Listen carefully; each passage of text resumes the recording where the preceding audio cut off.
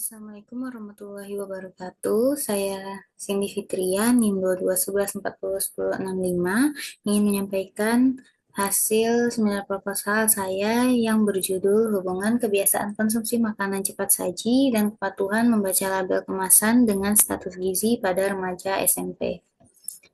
Untuk outline-nya yaitu ada pendahuluan, tinjauan pustaka, metode penelitian.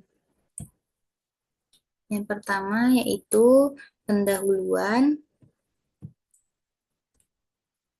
Untuk latar belakangnya, berdasarkan data WHO tahun 2020, sebesar 80% dari populasi remaja condong mengkonsumsi makanan cepat saji. Terdapat 50% dari remaja memilihnya sebagai makan siang, 15% sebagai makan malam, dan 15% sebagai makan pagi.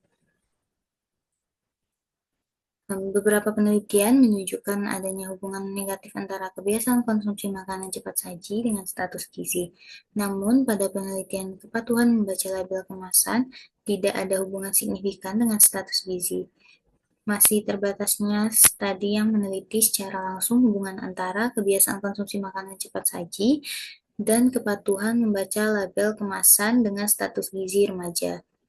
Padahal memahami hubungan ini penting dalam upaya peningkatan kualitas kesehatan dalam mencegah masalah gizi pada remaja yang berisiko kepada masalah kesehatan jangka panjang. Oleh karena itu, penelitian ini bertujuan untuk menganalisis hubungan antara kebiasaan konsumsi makanan cepat saji dan kepatuhan membaca label kemasan pada remaja di SMP. Selanjutnya, untuk rumusan masalah terbagi menjadi dua. Yang pertama yaitu apakah terdapat hubungan antara kebiasaan konsumsi makanan cepat saji dengan status gizi pada remaja. Yang kedua, apakah terdapat hubungan antara kepatuhan membaca label makanan dengan status gizi pada remaja. Untuk tujuan penelitiannya, tujuan umum yaitu untuk mengetahui adanya hubungan antara kebiasaan konsumsi makanan cepat saji dan kepatuhan membaca label makanan dengan status gizi pada remaja SMP.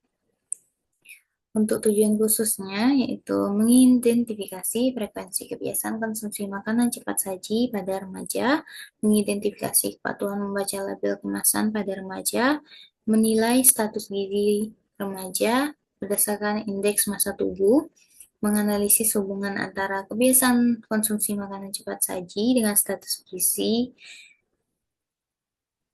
menganalisis hubungan antara kepatuhan membaca label kemasan dengan status gizi.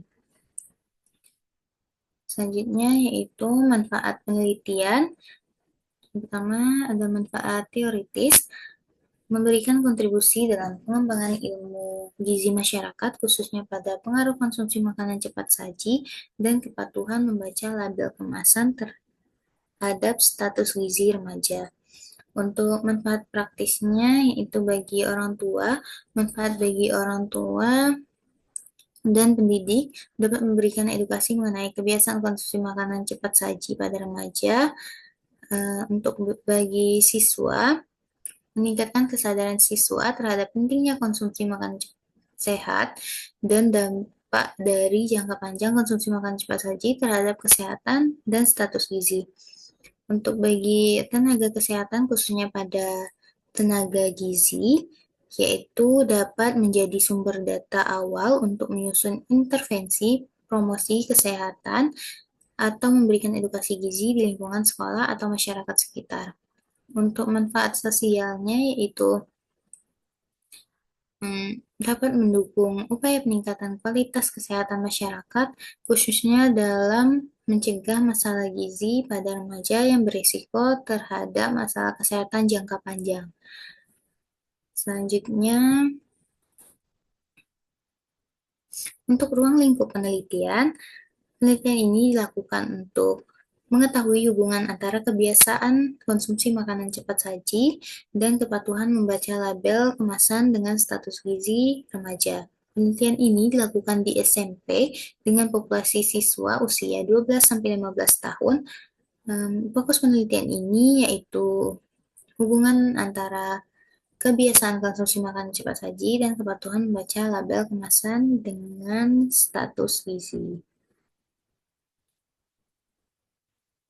Untuk keaslian penelitian, yang pertama yaitu hubungan kebiasaan konsumsi fast food dengan status gizi pada remaja di SMA Negeri 8 Kota Jambi. Untuk tujuan penelitian ini untuk mengetahui hubungan antara kebiasaan konsumsi fast food dengan status gizi. Untuk metode penelitiannya yaitu kuantitatif, purposive sampling menggunakan desain cross-sectional. Untuk hasil penelitiannya yaitu terdapat hubungan yang signifikan antara frekuensi konsumsi fast food dengan status remaja. Untuk persamaannya yaitu variabel independen, yaitu kebiasaan konsumsi fast food atau makanan cepat saji. Desain penelitiannya yaitu cross-sectional menggunakan kuesioner FFQ dan pengukuran antropometrik. Untuk perbedaannya yaitu jenis sampling, yaitu stratified random sampling, sedangkan pada penelitian ini menggunakan purposive sampling.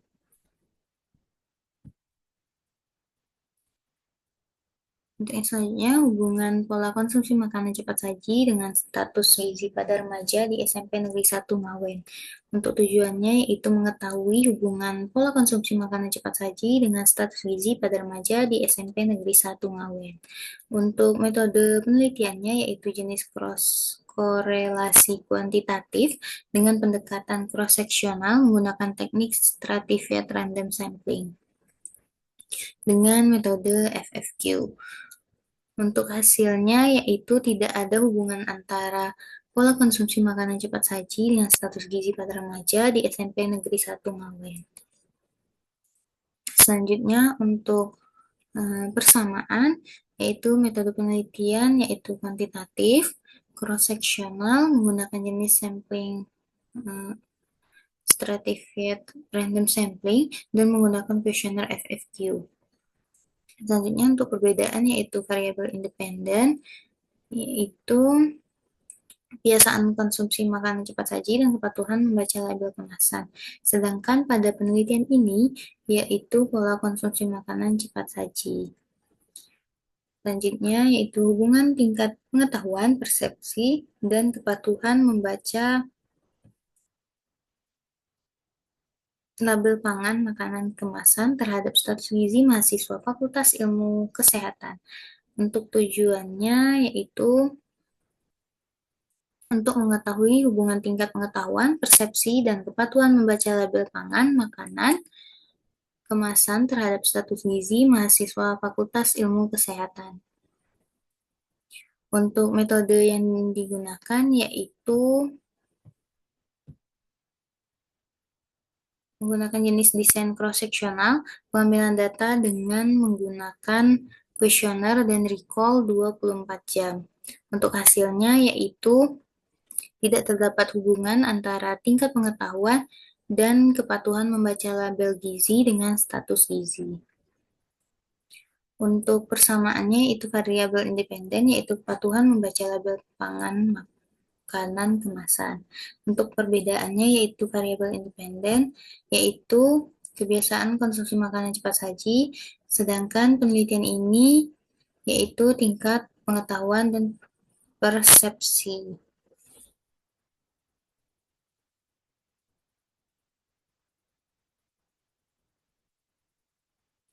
Untuk selanjutnya yaitu tinjauan pustaka.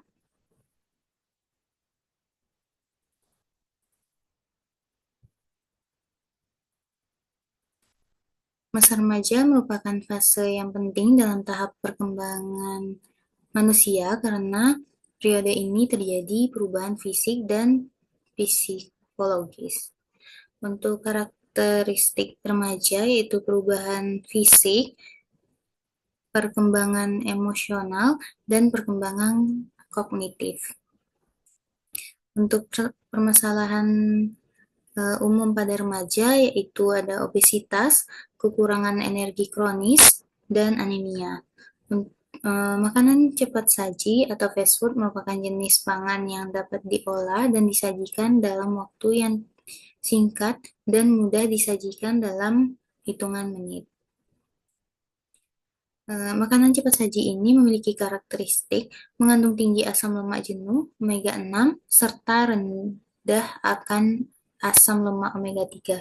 Selain itu, makanan ini juga mengandung garam dan gula yang dimurnikan dalam jumlah berlebih. Untuk faktor yang mempengaruhi konsumsi makanan cepat saji yaitu ada pengetahuan, pengaruh teman sebaya, rasa yang enak, cepat dan praktis, harga murah, dapat turut mengambil peran dalam kebiasaan konsumsi makanan cepat saji. Untuk dampak dari mengkonsumsi makanan cepat saji sendiri yaitu obesitas atau kegemukan, meningkatkan faktor resiko penyakit jantung, meningkatkan faktor resiko tekanan darah tinggi atau hipertensi, meningkatkan faktor resiko stroke, dan menimbulkan masalah pernafasan. Selanjutnya untuk perilaku membaca label kemasan pangan, salah satu dari pesan pedoman gizi seimbang. Semua informasi yang tertera secara rinci pada label pangan kemasan sangat berguna bagi konsumen dalam mengenali komposisi bahan yang terkandung dalam produk tersebut. Untuk faktor yang mempengaruhi kepatuhan membaca label kemasan, yaitu ada pengetahuan mengenai gizi dan label pangan. Selanjutnya ada latar belakang pendidikan. Responden yang berasal dari program studi di bidang kesehatan cenderung lebih sering membaca dan menggunakan informasi gizi dibandingkan dengan mereka yang menempuh pendidikan di bidang lain. Selanjutnya, manfaat dari membaca label kemasan ini untuk memastikan bahwa kemasan pangan yang akan dibeli aman dikonsumsi dengan melihat label kemasan. Selanjutnya untuk status gizi, menggambarkan hasil keseimbangan asupan zat gizi yang diperoleh dari makanan dengan kebutuhan tubuh. Keadaan ini sangat dipengaruhi oleh jumlah dan kualitas gizi yang dikonsumsi. Untuk penilaian status gizi, berdasarkan Peraturan Menteri Kesehatan Republik Indonesia Nomor 2 tahun 2020 tentang standar antropometri, status gizi remaja berusia 5 sampai 18 tahun dapat dinilai dengan Z-score menggunakan indeks massa tubuh berdasarkan umur. Untuk kategorinya ada gizi kurang, gizi baik, gizi lebih, dan obesitas. Untuk faktor yang mempengaruhi status gizi yaitu pola makan, asupan makan, aktivitas fisik, dan pengetahuan. Selanjutnya untuk ayat Al-Quran atau tinjauan pustaka dalam perspektif Islam, konsumsi makanan tidak hanya dinilai dari sisi kehalalannya, tetapi juga dari kualitas dan manfaatnya bagi tubuh atau toyib. Quran Surah Al-Baqarah ayat 168 yang artinya, wahai manusia, makanlah dari apa yang ada di bumi yang halal dan baik, dan janganlah kamu mengikuti langkah-langkah setan, sesungguhnya ia bagimu musuh yang nyata. Dengan demikian, Islam sangat mendorong umatnya, termasuk remaja, untuk selektif dan bertanggung jawab dalam memilih makanan. Tidak hanya memilih yang halal, tetapi juga memastikan makanan tersebut baik bagi tubuh. Selanjutnya ini untuk kerangka teori dari pengetahuan, pengaruh teman sebaya, rasa yang enak, cepat dan praktis, harga yang murah dapat mempengaruhi kebiasaan konsumsi makanan cepat saji. Dan untuk pengetahuan dan latar belakang pendidikan dapat mempengaruhi kepatuhan membaca label kemasan. Dari kebiasaan konsumsi makanan cepat saji dan kepatuhan membaca label kemasan dapat mempengaruhi pola makan dari remaja. Dari pola makan ini dapat mempengaruhi asupan makan remaja, dan asupan makan remaja ini dapat mempengaruhi status gizi bagi remaja. Selanjutnya untuk kerangka konsep, kebiasaan konsumsi makanan cepat saji dan kepatuhan membaca label kemasan dapat mempengaruhi status gizi bagi remaja. Untuk hipotesis penelitiannya, Hanul, yang pertama tidak terdapat hubungan antara kebiasaan konsumsi makanan cepat saji dengan status gizi pada remaja SMP. Yang kedua, tidak terdapat hubungan antara kepatuhan membaca label kemasan dengan status gizi pada remaja SMP. Untuk alternatif, yang pertama yaitu terdapat hubungan antara kebiasaan konsumsi makanan cepat saji dengan status gizi pada remaja SMP. Yang kedua, terdapat hubungan antara kepatuhan membaca label kemasan makanan dengan status gizi pada remaja SMP. Selanjutnya untuk metode penelitian, untuk jenis penelitiannya itu kuantitatif, metode yang menggunakan data dalam bentuk angka untuk menjawab pertanyaan penelitian. Metode ini berfokus pada pengukuran secara objektif dan menggunakan analisis statistik. Untuk jenis datanya itu pertama data primer, data yang didapat langsung dengan menggunakan kuesioner pada siswa dari sampel, yaitu pengisian identitas, berat badan, tinggi badan, frekuensi konsumsi makanan cepat saji, dan kepatuhan membaca label kemasan. Untuk data sekundernya yaitu dapat terdiri dari jumlah siswa, data karakteristik, lokasi, dan profil SMP yang diperoleh dari pihak sekolah. Untuk pendekatan penelitiannya itu eh, strategi pendekatan potong silang, potong lintang, atau cross-sectional. Penggunaan teknik ini karena untuk mengetahui hubungan antara kebiasaan konsumsi makanan cepat saji dan kepatuhan membaca label kemasan dengan status gizi pada remaja SMP dalam satu waktu. Untuk variabel bebasnya, yaitu kebiasaan konsumsi makanan cepat saji dan kepatuhan membaca label kemasan. Untuk variabel terikatnya, yaitu status gizi. Selanjutnya, untuk definisi operasional, yang pertama yaitu variabel kebiasaan konsumsi makanan cepat saji. Definisinya yaitu frekuensi siswa yang mengkonsumsi makanan cepat saji selama satu minggu terakhir. Untuk instrumennya yaitu kuesioner FFQ. Untuk kategorinya yang pertama itu jarang. Bila dikonsumsi makanan cepat saji kurang dari 3 kali dalam seminggu. Yang kedua yaitu sering apabila lebih dari 3 kali dalam seminggu. Untuk skalanya yaitu ordinal. Untuk variabel kepatuhan membaca label kemasan, yaitu definisinya seberapa sering siswa membaca label kemasan. Untuk instrumennya yaitu kuesioner. Untuk kategorinya yaitu yang pertama tidak pernah, yang kedua jarang, yang ketiga sering, yang keempat itu selalu. Dengan hasil ukur, yang pertama itu tinggi jika skor lebih dari 81, sedang jika besar dari 51 hingga kurang dari 81. Yang ketiga yaitu kurang sama dengan jika skor kurang dari 51. Untuk skalanya yaitu ordinal. Yang terakhir yaitu ada status gizi. Untuk definisinya yaitu kategori status gizi berdasarkan indeks massa tubuh menurut umur. Untuk instrumennya yaitu pengukuran menggunakan mikrotoys untuk tinggi badan dan timbangan digital untuk berat badan.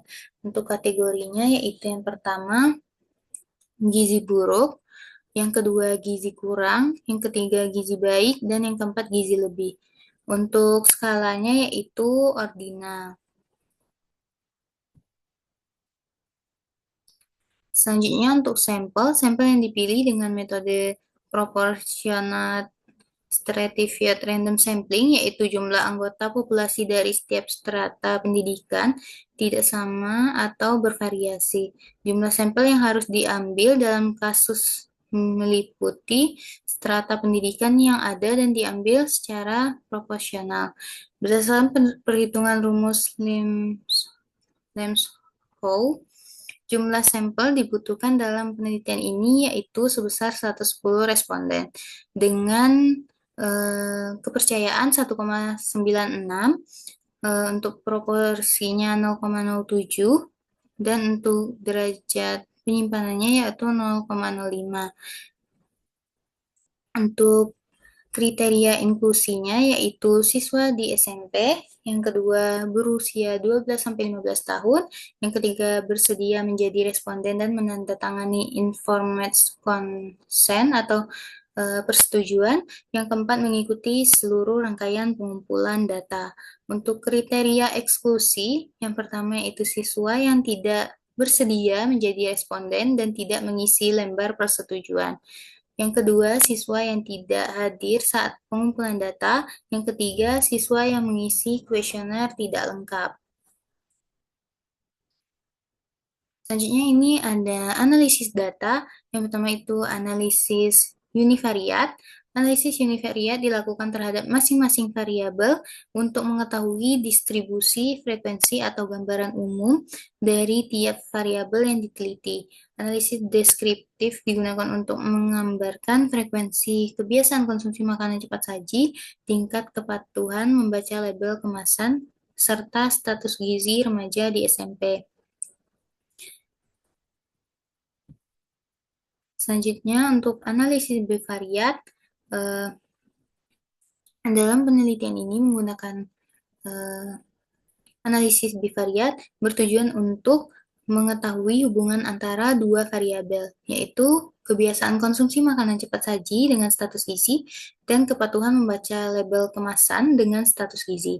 Dan penelitian ini menggunakan uji Sperman-Rho untuk menentukan korelasi antar variabel.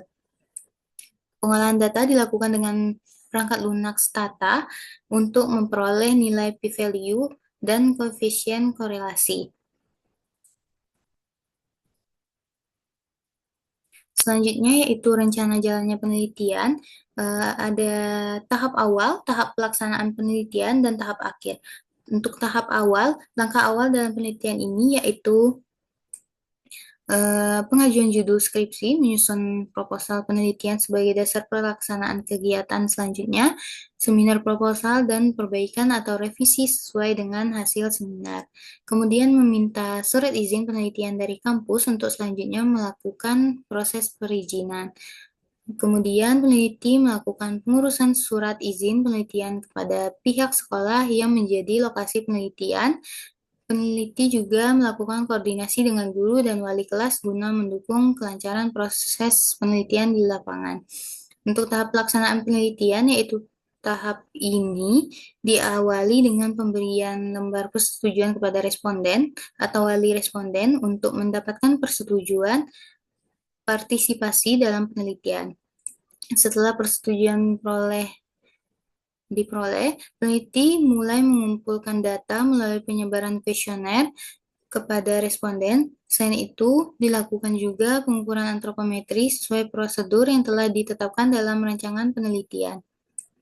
Untuk tahap akhir, peneliti melakukan analisis terhadap data yang telah dikumpulkan. Setelah itu, menyusun laporan hasil penelitian yang meliputi interpretasi data dan pembahasan hasil penelitian. Penyajian hasil penelitian dalam bentuk tertulis yang dilakukan dengan ujian dan perbaikan atau revisi sesuai hasil ujian.